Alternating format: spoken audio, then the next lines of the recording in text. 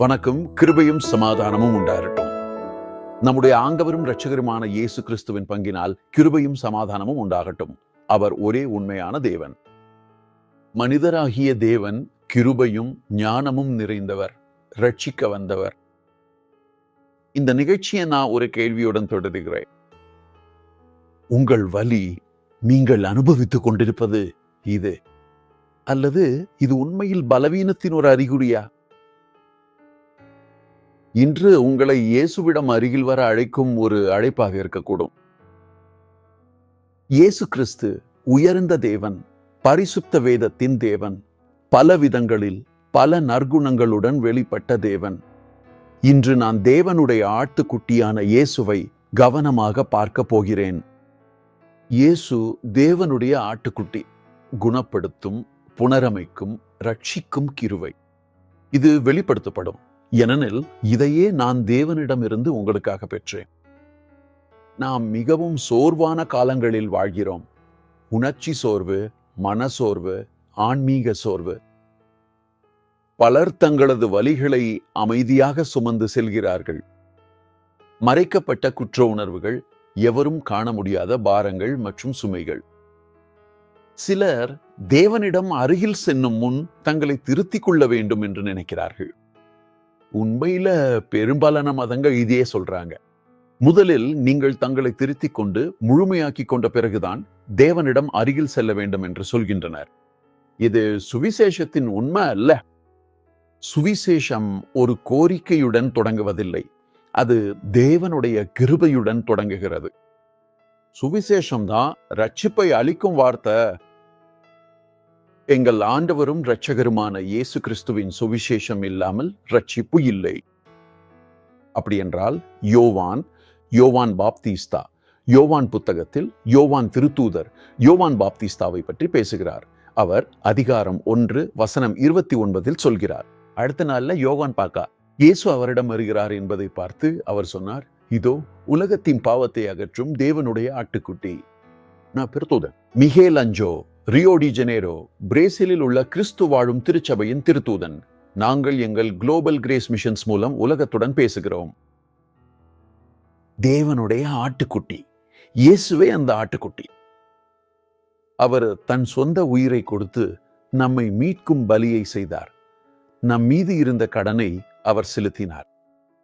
ஆட்டுக்குட்டி பலி கொடுக்கப்பட்டது என்று திருத்தூதர் சொன்னார். பவுல் திருத்தூதர், இயேசு எனக்காகவும் உங்களுக்காகவும் நம்முடைய இடத்துல மரணம் அடைந்தார். மேலும் அந்த மரணம் ஒரு கல்லறையில முடிவடையவில்லை என்பதை நாங்கள் அறிவோம். அவர் உயிர்த்தெழுந்தார். நாம் இயேசுவை தேவனுடைய ஆட்டுக்குட்டியாக பற்றி பேசும்போது தேவனுடைய நீதியின் விலையை செலுத்திய ஒரே மற்றும் நித்திய பலியை குறித்து பேசுகிறோம். இயேசுவின் பலி இல்லாமல், அவருடைய மரணம் இல்லாமல், அவருடைய அடக்கம் இல்லாமல், அவருடைய உயிர்த்தெழுதல் இல்லாமல் ரட்சிப்பு இருக்காது. உண்மையிலே இயேசு உயிர்த்தெழவில்லை என்றால் இந்த வாழ்க்கையில் நாமே மிகவும் துக்கமானவர்கள் என்று பைபிள் சொல்கிறது. இதுதான் உண்மையான மற்றும் ஒரே தேவன், ஆண்டவர் இயேசு கிறிஸ்துவும் மனிதர்களால் பலமுறை உருவாக்கப்பட்ட மற்றும் சில சமயங்களில் சாத்தானால் உருவாக்கப்பட்ட மதங்களின் கடவுள்களும் இடையிலான அடிப்படை வேறுபாடு. அப்படி என்றால் நாம் உண்மையை பற்றியே பேசுகிறோம். நான் உங்களிடம் பேசுவது பரிசுத்த வேதாகமத்தில் அடிப்படையோடு உள்ளது. நான் உங்களிடம் நம்பிக்கையுடன் பேசுகிறேன். இது 1000 ஆண்டுகள் பழமையான நம்பிக்கை மற்றும் இது ஒரே ஒன்று. ஆகவே இயேசு தமது பலியாலும், தமது வாழ்வாலும், தமது மரணத்தாலும், தமது உயிர்த்தெழுதலாலும் சிந்தித்து பாருங்கள். அவர் குற்றம் சாட்ட வரவில்லை. அவர் உலகத்தை ரட்சிக்கவும் நம் பாவங்களை மன்னிக்கவும் இந்த பூமிக்கு வந்தார். அந்த பரிசுத்தமான தேவ ஆட்டுக்குட்டி. அவர் உலகத்தின் எல்லாவற்றையும் முற்றிலும் புதியதாக ஆக்குகிறார். பரிசுத்த பைபிள் மிக தெளிவாக சொல்கிறது, அவர் சகலத்தையும் நிச்சயமாக புதியதாக ஆக்குகிறார் என்று. அதனால் அந்த ஆட்டுக்குட்டி எல்லாவற்றையும் புதியதாக ஆக்குகிறான். நீங்கள் உங்களை மேம்படுத்த வேண்டிய அவசியமில்லை, ஏனெனில் மனிதன் இரட்சிப்பில் பங்கு பெறுவதில்லை. பைபிள் சொல்வது மனிதன் பாவங்களிலும் குற்றங்களிலும் இறந்தவராக இருக்கிறான். தேடுவதும் இல்லை, புரிந்து கொள்வதும் இல்லை. காற்றின் அதிகாரங்களின் அரசரின் விருப்பத்தை செய்கிறான். மற்ற கோபத்தின் பிள்ளைகள் போலவே கோபத்தின் பிள்ளையாக இருக்கிறான். அதனால எல்லாவற்றையும் புதியதாக ஆக்கும் அந்த ஆட்டுக்குட்டி அவர் மன்னிப்பதிலேயே நிற்கவில்லை. பாவுந்திரா இந்த பாவ மன்னிப்பின் உறுதி மற்றும் நம்பிக்கை மிகவும் முக்கியமானது. ஏனென்றால் பெரும்பாலான மக்கள் தங்கள் பாவத்தினால் ஒரு சுமை, ஒரு பாரம், ஒரு குற்ற உணர்வுடன் வாழ்கிறார்கள். ஒரு விஷயத்தை கவனியுங்கள். நாம் எதையும் செய்யவில்லை, ஆனாலும் பாவிகளாக பிறந்தோம். நாம் ரட்சிக்கப்படுவதற்காக எதையும் செய்ய முடியாது என்பதும் உண்மை. இயேசுவே, தேவனுடைய ஆட்டுக்குட்டியே, நம்முடைய ஆண்டவரும் இரட்சகருமான இயேசு கிறிஸ்துவே மனிதனின் வரலாற்றை மறுபடியும் உருவாக்குகிறார். கிறிஸ்துவில் இருப்பவர், மீண்டும் சொல்கிறேன், ஒரு புதிய படைப்பாகிறார். பழையவையெல்லாம் கடந்து விட்டன, எல்லாம் புதியதாகிறது. நான் அந்த அனுபவத்தை உயிரோடு உண்மையாகவே தேவனுடன் பெற்றுள்ளேன். நான் கடந்த காலத்தில் ஒரு மத பிரமையாளர் இருந்தேன். நான் 21 ஆண்டுகள் கத்தோலிக்க அப்போஸ்தலிக ரோமானாக இருந்தேன். நான் தேவாலயத்துக்கு சென்றேன். நான் பாவங்களை ஒப்புக்கொண்டேன். நான் எனது விருதுகளை செலுத்தினேன். நான் பலி செலுத்தினேன். ஆனா ஒருபோதும், முற்றிலும் ஒருபோதும் நான் பரிசுத்த வேதாகமத்திலிருந்து ஒரு செய்தியும் கேள்விப்படல. இரட்சிப்பை அளிக்கும் சுவிசேஷம். நான் போதனைகளை அறிவேன், ஆனால் ஆண்டவராகிய தேவனை நான் அறியவில்லை.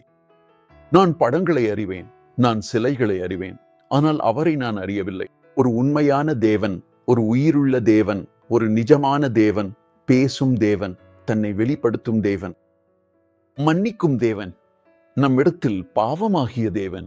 இயேசுவை பத்தி எனக்கு எதுவும் தெரியவில்லை. ஒரு நாள் வர நான் ஏன் என் இதயத்தில் இந்த நிச்சயத்தை கொண்டிருக்கிறேன் என்று உங்களிடம் சொல்கிறேன். எல்லாம் புதியதாக ஆகிறது என்பதில். ஒரு நாள் ஒரு விபத்தில் நான் ஆப்பிரிக்காவில் அங்கோலாவில் இராணுவ சேவையில் இருந்தபோது ஒரு பெரிய விபத்தில் பல இடங்களில் காயமடைந்தேன். பல எலும்புகள் முறிந்தன. 3 மருத்துவமனைகளில் 2 ஆண்டுகள், 20 அறுவை சிகிச்சைகள், திருகுகள், தகடுகள். பாருங்க, அது மிகுந்த வேதனையான அனுபவம். எல்லாம் முடிவாக தோன்றிய போது என் வாழ்க்கையில் தேவன் தன்னை வெளிப்படுத்தினார்.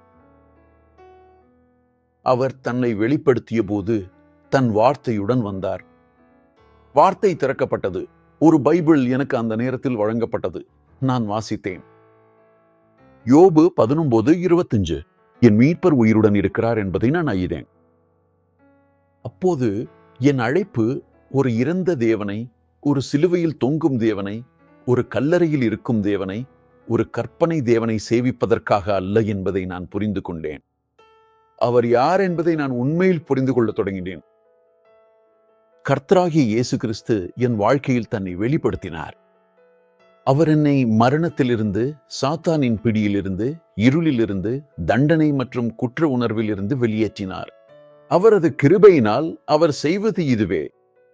பைபிள் சொல்கிறது, கிருபையினால் நாங்கள் விசுவாசத்தின் மூலம் ரட்சிக்கப்படுகிறோம். இது நம்மிடமிருந்து வரவில்லை, இது தேவனின் வரம். இந்த தேவன் ஒருவரே உள்ளார், இயேசு. நம்முடைய ஆண்டவரும் இரட்சகருமான இயேசு கிறிஸ்து, ஆட்டுக்குட்டி, யூதா குலத்தின் சிங்கம், அரசர்களின் அரசன், பரிபூர்ண அதிகாரம் கொண்டவர், திருச்சபையின் தலைவன், உண்மையான திராட்சை தண்டு, ஜீவனின் அப்பம், ஜீவனின் நீர், வழி, சத்தியம் மற்றும் ஜீவன். ஆம், அவர் ஒரே தேவன். அவர் தன்னிடம் இழுக்கும் ஒருவருக்கும் அவர் ஒரு வாக்குறுதி வைத்திருக்கிறார்.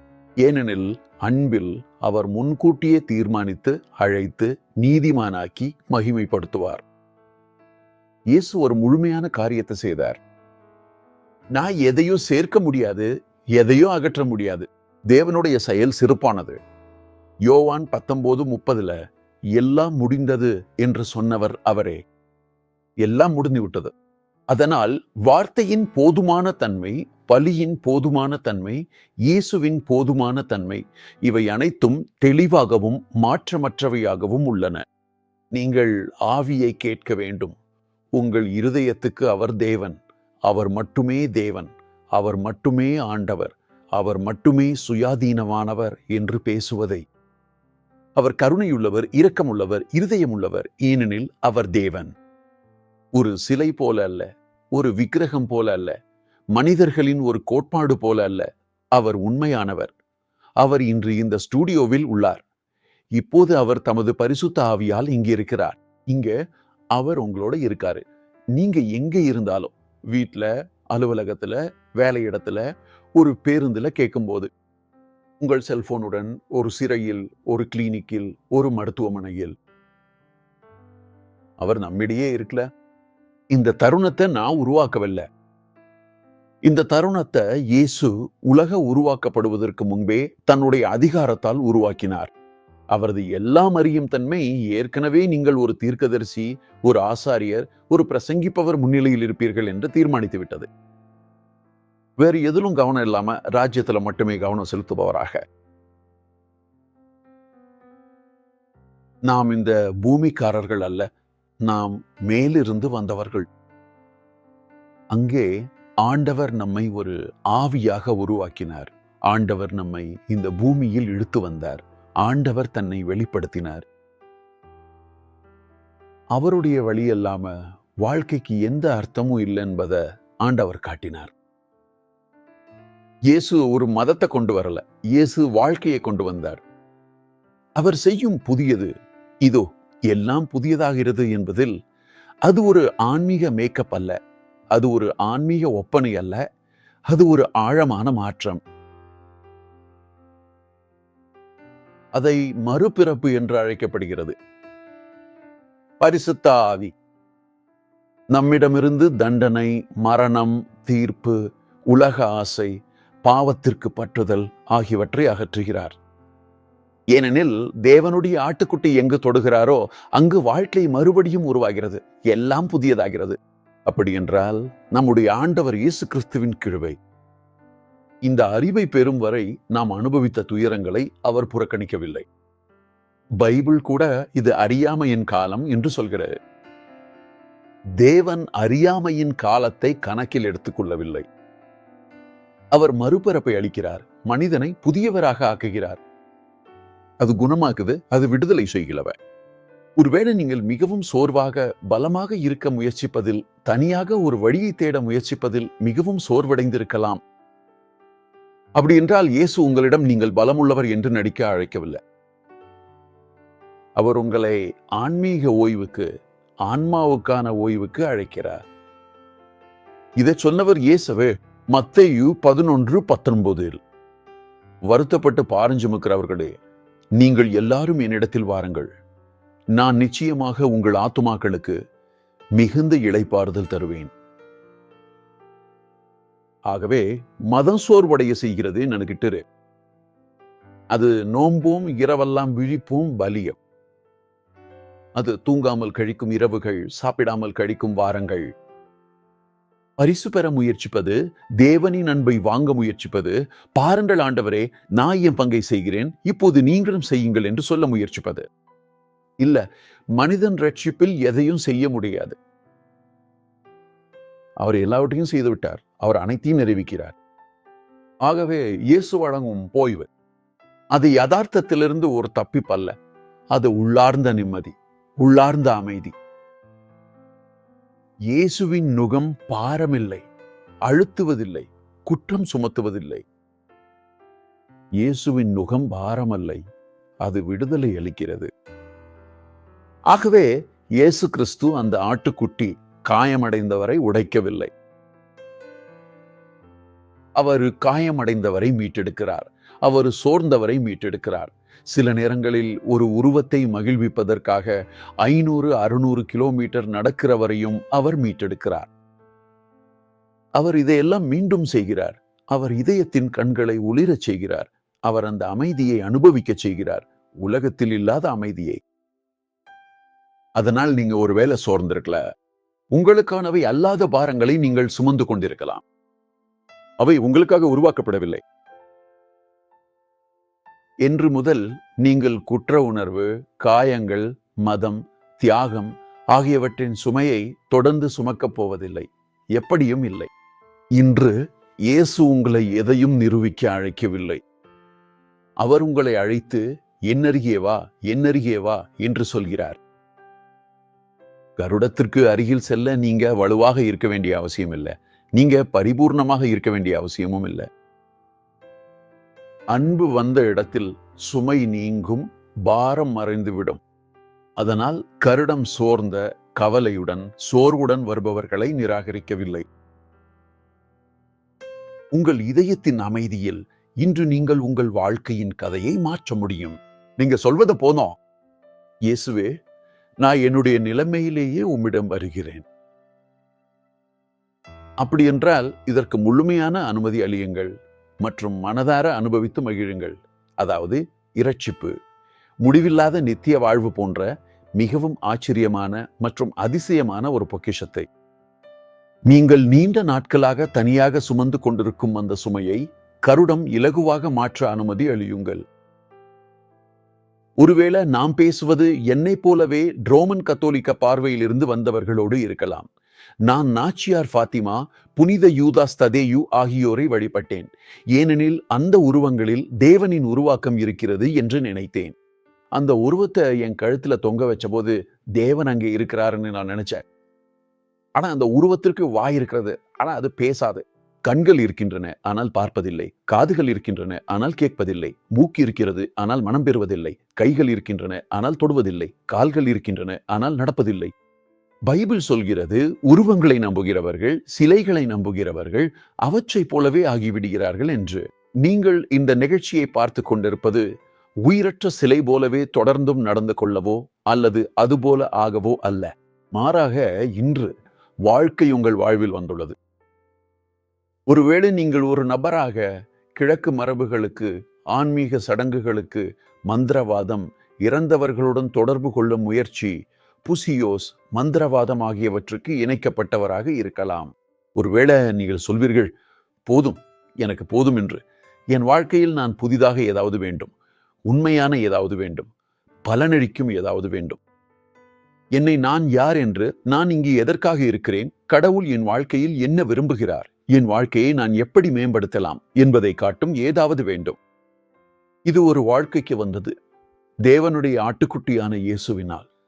யோவான் பாப்டிஸ்தா கூறிய அந்த வார்த்தையினால், இதோ உலகத்தின் பாவத்தை அகற்றும் தேவனுடைய ஆட்டுக்குட்டி. அவர் உங்க பாவத்தை அகற்றினார். எப்போ தெரியுமார்? 2025 ஆண்டுகளுக்கு உண்டு. இப்போது நீங்கள் சொல்ல வேண்டிய நேரம் வந்துவிட்டார். இயேசுவே, உம்மை என் ஆண்டவராகவும் என் இரட்சகராகவும் என் மீட்பவராகவும் ஏற்றுக்கொள்கிறேன். நீங்க இந்த ஒப்புகையை உங்கள் இருதயத்துடன் நம்பி செய்யும் போது நீங்கள் ரட்சிக்கப்படுவீர்கள் என்று பைபிள் சொல்கிறது. நீங்கள் ரட்சிக்கப்படுவீர்கள்.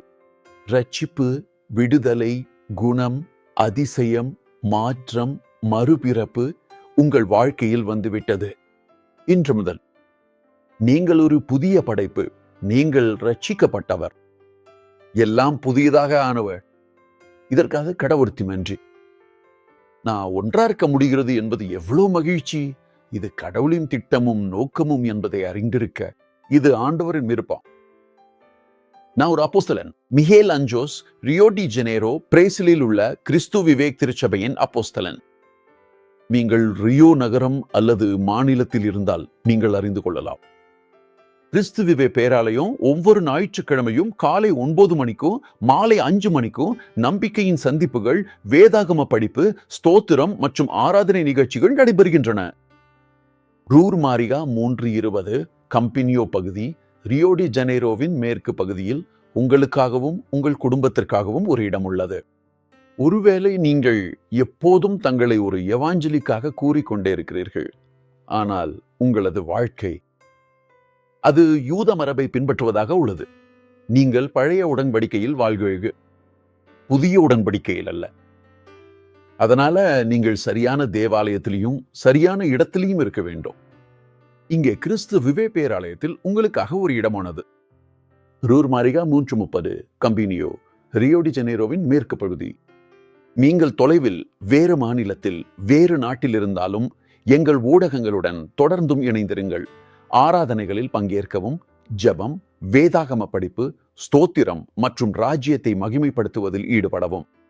எங்களிடம் தொடர்பு கொள்ளும் தொலைபேசி உள்ளது. எங்களது வாட்ஸ்அப் எண் 021 99 1 27 41 54 அல்லது எங்கள் தேவாலய நிலை தொலைபேசி 55. Brazil 21, Rio de Janeiro 30 17 90 90. எவ்வளவு மகிழ்ச்சி நான் உங்களிடம் சொல்ல முடிகிறது. நான் ரட்சிக்கப்பட்டவன், ஏனெனில் ஏவனுடைய ஆட்டுக்குட்டி எனக்காகவும் உங்களுக்காகவும் இறந்து உயிர்த்தெழுந்தார். எனக்காகவும் உங்களுக்காகவும் ஒரு பரிபூர்ணமான காரியத்தை செய்தார். நம்முடைய இடத்தில் நமக்காக. நான் இந்த செய்தியை முடிக்கிற சபையின் ஜனங்களுக்கு நன்றி தெரிவித்த கிறிஸ்துவிவே சபை இவ்வளவு பெரிய சுவிசேஷ பணியை நடத்த ஆதரவு அளிக்கிறது. நான் கடவுளுக்கும் என் தொலைக்காட்சி குழுவிற்கும் நன்றி சொல்ல விரும்புகிறேன். பல ஆண்டுகளாக என்னுடன் இருக்கிறார்கள். ஒரே நோக்குடன் இயேசுவையும் நம்பிக்கையையும் உலகிற்கு கொண்டு செல்லும் பணியில் ஒன்றாக இருக்கிறோம்.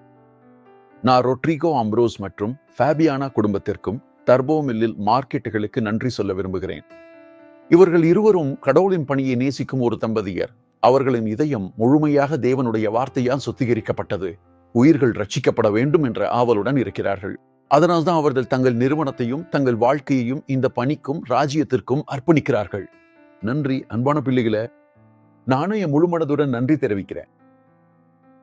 ரெனாடோ விலாரிங்கோ மற்றும் கிளாடியா ரிக்டர் உங்கள் ஆசிர்வதிக்கப்பட்ட குடும்பம் எங்கள் சின்சானில். சின்சான் என்றால் நன்றாக உடை அணிவது என்று பொருள். சின்சானே என்றால் கடவுளின் பணி என்று கொள். அதனால் நான் எல்லா ஆதரவுக்கும் பல ஆண்டுகளாக ஒன்றாக இருந்ததற்கும் முதலில் ராஜ்யம், இயேசு, உயிர்களின் ரட்சிப்பு, உயிர்களின் மாற்றம் என்று நினைத்ததற்கும் நன்றி கூற விரும்புகிறேன். விலாரினோ மற்றும் சின்சானே எங்கள் பிரேசிலின் நவீன தையல் ஆசீர்வதிக்கப்பட்ட குடும்பம். வாழ்த்துக்கள். நான் நிகழ்ச்சியின் முடிவில் வந்துவிட்டேன். ஒருவேளை யாராவது சொல்லலாம், அப்போஸ்தலர், நான் மிகவும் நோயாகவும் மிகவும் கவலையுடனும் இருக்கிறேன். இப்போது ஒரு அதிசயம் நடக்கட்டும் என்று நான் அறிவிக்கிறேன். தலம் முதல் பாதம் வரை இந்த வார்த்தை இப்போது உன் வாழ்க்கையில் நிறைவேறட்டும். கிறிஸ்துவின் புண்களால் நீ ஏற்கனவே குணமடைந்து விட்டாய். உன் குடும்பத்தில் வந்த மரபணு சாபம், தோல்வி, தியாகம் ஆகிய அனைத்தையும் நான் உடைக்கிறேன். அவை இயேசு கிறிஸ்துவின் இரத்தத்தால் உடைக்கப்பட்டு விட்டன. நான் அறிவிக்கிறேன், திறந்த கதவுகள், பூட்டுகள் உடைக்கப்பட்டுள்ளன என்று அறிவிக்கிறேன்.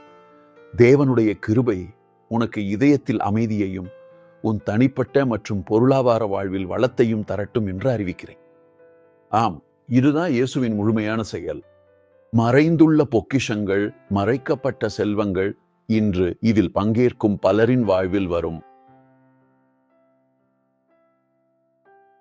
இயேசுவில், தேவனுடைய ஆட்டுக்குட்டியில் எல்லோருக்கும் கிருபையும் சமாதானமும் உண்டாகட்டும். ரியோ டி ஜெனீரோ, பிரேசிலிலிருந்து உலகம் முழுவதும் அன்பான வாழ்த்துக்களுடன் அப்போஸ்தலர் மிகேல் ஆஞ்சலோ. கிருபையும் சமாதானமும் உண்டாகட்டும். மறக்காதீர்கள், ரியோ டி ஜெனேரோவில் ஒரு பேராலயத்தில் உங்களுக்கான இடம் உள்ளது. நான் உங்களை எதிர்பார்த்து காத்திருக்கிறேன்.